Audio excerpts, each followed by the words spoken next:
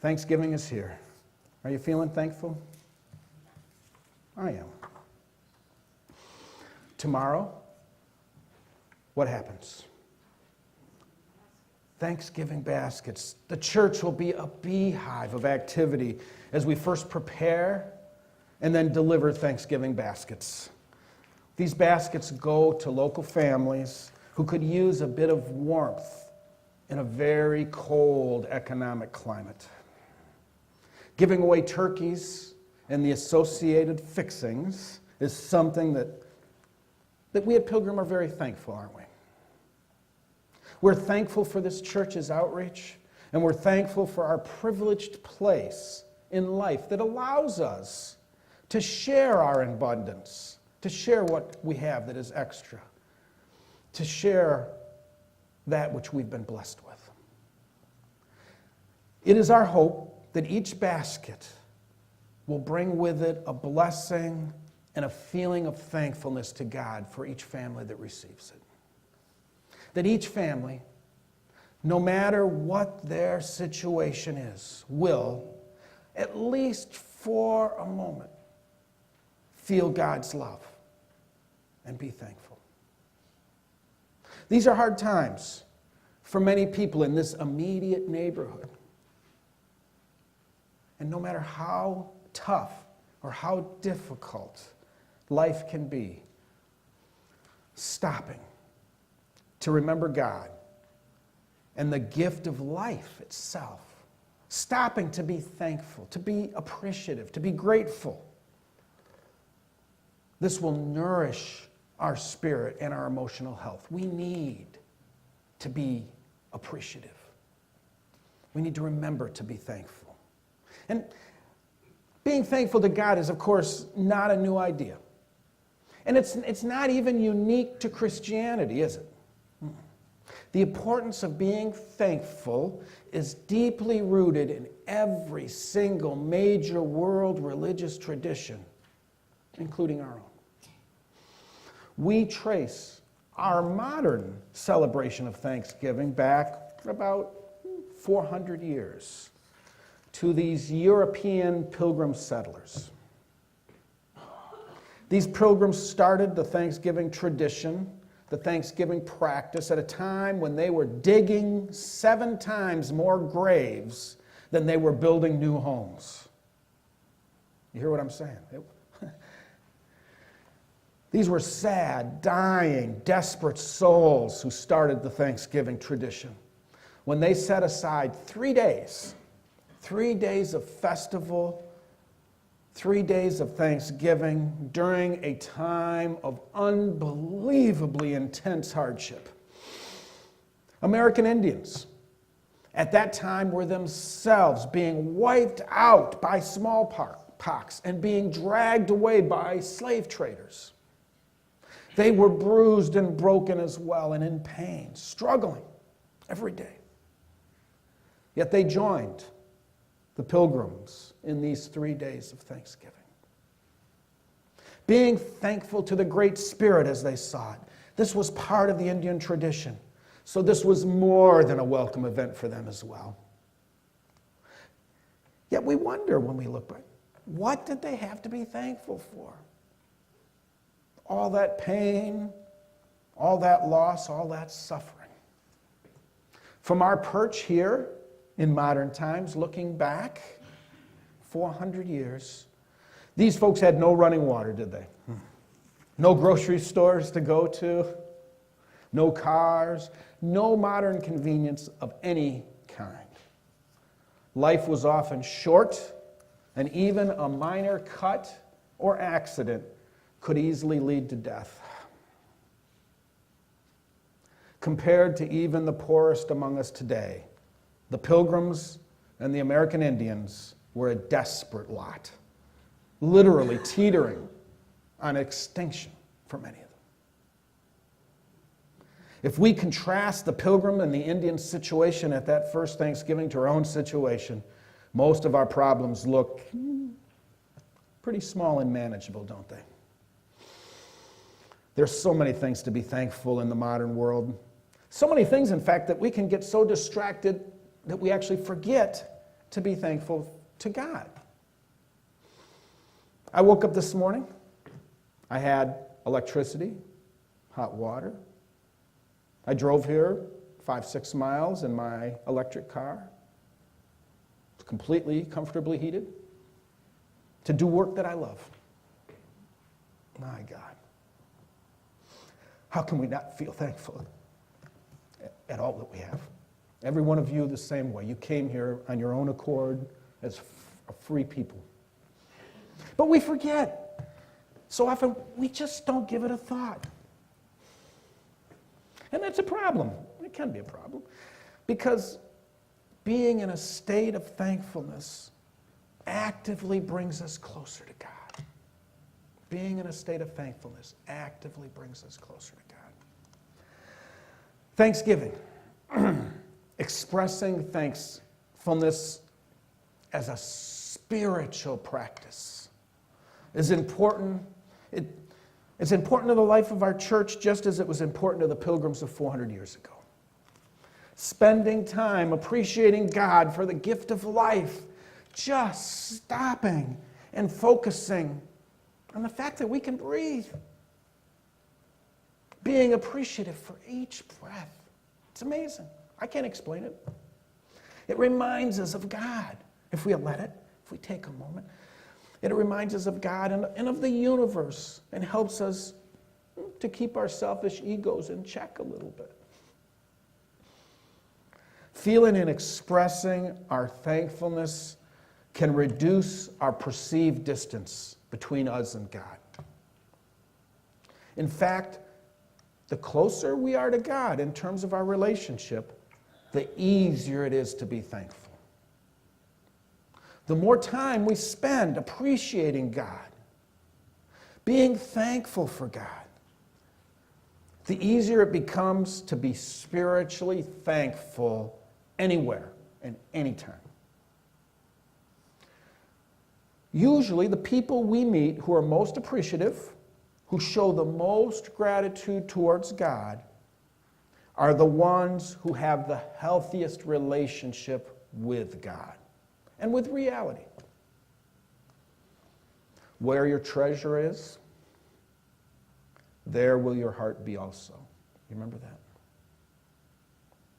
If your treasure is your connection, your awareness of God, if that's your treasure, then you have something to be thankful for indeed. Perhaps this is the level of understanding, level of consciousness, the awareness that caused those first pilgrims and those American Indians to be thankful in a time of unbelievable struggle and loss. To be thankful to God for each breath, for each night, and enough logs for your fire, and for each bite of food. 400 years ago, the Pilgrims and Native Americans stopped their work, stopped their worries, stopped their struggles for one reason: to appreciate God. It was clear to the Pilgrims that appreciating God meant also appreciating the Indians and the corn and the harvest, all which, in particular the Indians, saved their lives. Spiritual thankfulness is an appreciation for all of creation, independent of your particular situation. Practicing such appreciation is one of the highest forms of prayer. And it's one of the highest forms of prayer because it acknowledges the presence of good, no matter what. The presence of good, no matter what. And this practice of thankfulness and appreciation for God is so powerful that it's actually a foundational concept in all of the world's major religions. This is a core part of humanity and spirituality. In Hinduism, appreciation is a beauty, a soulful quality available to everyone in every circumstance. Sound familiar? Being thankful for life's little treasures in Hinduism. Grateful for the opportunity to begin the day where you are. Appreciating the perfect place that, as they see it, your karma and God's grace has brought to you. In Hinduism, appreciation is life-giving. In Islam, it's a core teaching that one should praise and be thankful to God in every circumstance. For example, Muslims answer the question, how are you? How do we answer that question? Fine. Well, they answer with an Arabic phrase that I'm sure I'm going to slaughter, Alhamdulillah, which means praise and thanks be to God. So, how are you? Praise and thanks be to God. Isn't that beautiful? This response reflects the acceptance that God cares for all his creatures with unbounded tenderness, mercy, and wisdom. This is what Islam teaches. A deep, actual, honest, authentic appreciation for God is one of the most obvious signs of a deeply spiritual person. It's an ideal, a state of being that most of us don't usually live up to. That's okay. Being thankful to God is sometimes too much to ask of a mere mortal. To what extent we are able to honestly feel thankful depends on where we are on our spiritual journey, doesn't it? Have you ever encountered someone or remember yourself being in a totally unthankful state of mind? You ever felt angry with God or with life? It's actually a fairly common experience. Many of us here either know people or we sometimes are like this. We have moments like this ourselves, moments of unthankfulness, a lack of thankfulness. Such lacks of thankfulness can be a sign of our distance from God. It's an indication of where we are. And during these times of unthankfulness, even counting our blessings can become pretty tough to do, can't it? And this can cycle into feelings of depression and despair. Yet, the good news is that practicing gratitude, taking time out to intentionally appreciate, to actively be thankful, has the opposite effect. Most of us need practice remembering God and improving our connection to God.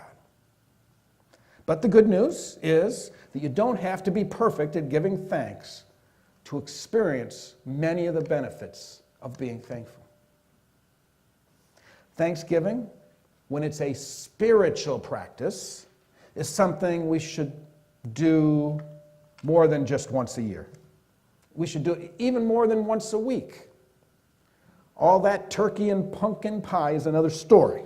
That's okay just once a year. But giving thanks is a spiritually healthy practice that we should strive to do every day. Most churches include some kind of thanksgiving to God every Sunday to remind us of this. Every Sunday. Communion, which we will experience next Sunday together, is a Thanksgiving meal. Did you know that? And in fact, did you know that the word Eucharist, you're familiar with the word Eucharist? It's a Latin word for communion. The word Eucharist literally means to be thankful. Communion is an act of thankfulness. This is one of the reasons that coming to church is so important to our spiritual health. So we know that it's good to do. So let's encourage this. Let's encourage the practice right now together. Think for a moment. What are you thankful for? Just think for a moment. Just yourself right now. Count your blessings. Actually list a couple of things in your mind right now. Write them on your bulletin if that's helpful. What are you thankful for? I'll give you just a minute. What are you thankful for? Does everyone have something? Look at your list. And as you think about what you're thankful for, think about where you are on your own spiritual path. How many of the things you're thankful for are about you or about the things that you've done? How many deal with your family or your friends? How many deal with simply the reality of life and your connection to God? It's an interesting exercise to consider both what you're thankful for and why you're thankful for those things. The Bible says that where our hearts are, so there is also our treasure. And what we're thankful for is very revealing in terms of where our hearts are at. What we are thankful for, what we appreciate, speaks loudly about who we are as people, as a person, and who we are as a community. Is our thankfulness arrogant? Like the man in the temple in Jesus' story who thanked God that he was not some lowly sinner like the tax collector standing nearby. You remember that story? Is our thankfulness self-centered, mostly to do with ourselves? It's not terrible. It's not really terrible. It's not the worst thing in the world to be thankful for self-centered things. It's not. But understand what it says about you and your priorities and your own view of the world and your own spiritual situation, taking stock on where you really are. A spiritual path is one that requires a certain amount of self-questioning, as much as it requires other intentional spiritual practices, such as praying, meditating, coming to church. The practice of appreciation, the practice of thankfulness, is a valuable one that I recommend you try yourself. Not just once, but every day. Try to wake up that way. Wake up thankfully. Go to bed thankfully. Appreciation as a spiritual practice transcends religious tradition. As I already said, every major religion practices it. It's about what it means to be human. Judaism, our roots. In Judaism, gratitude is an essential part of the act of worship and a part of every aspect of a worshiper's life. According to the Hebrew worldview, all things come from God, and because of this, the Hebrew scriptures, our Old Testament, are filled with this idea of gratitude. Speaking of Judaism, I should mention that Hanukkah this year starts on Thanksgiving Day, rather than closer to Christmas as we're generally used to. Just something to keep in mind. The Jewish folks have much to celebrate at their Thanksgiving gatherings this year. Buddhists, the Buddhist concept of life explains that everything in the world arises from and is supported by everything else from its environment. Everything and everyone is connected in Buddhism, and therefore no one does not owe a debt of gratitude to others and to the universe. Gratitude and thanksgiving to God are not just an element of every major religion. It's deeper than that. Appreciating God is literally spending time with God.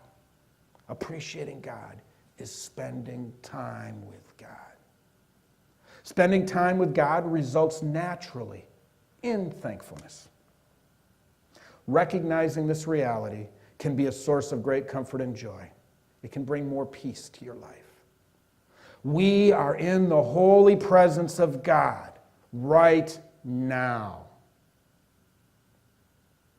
Be thankful right now and always. Keep this in mind and in your heart as you spend time with God and your family over the holidays and always.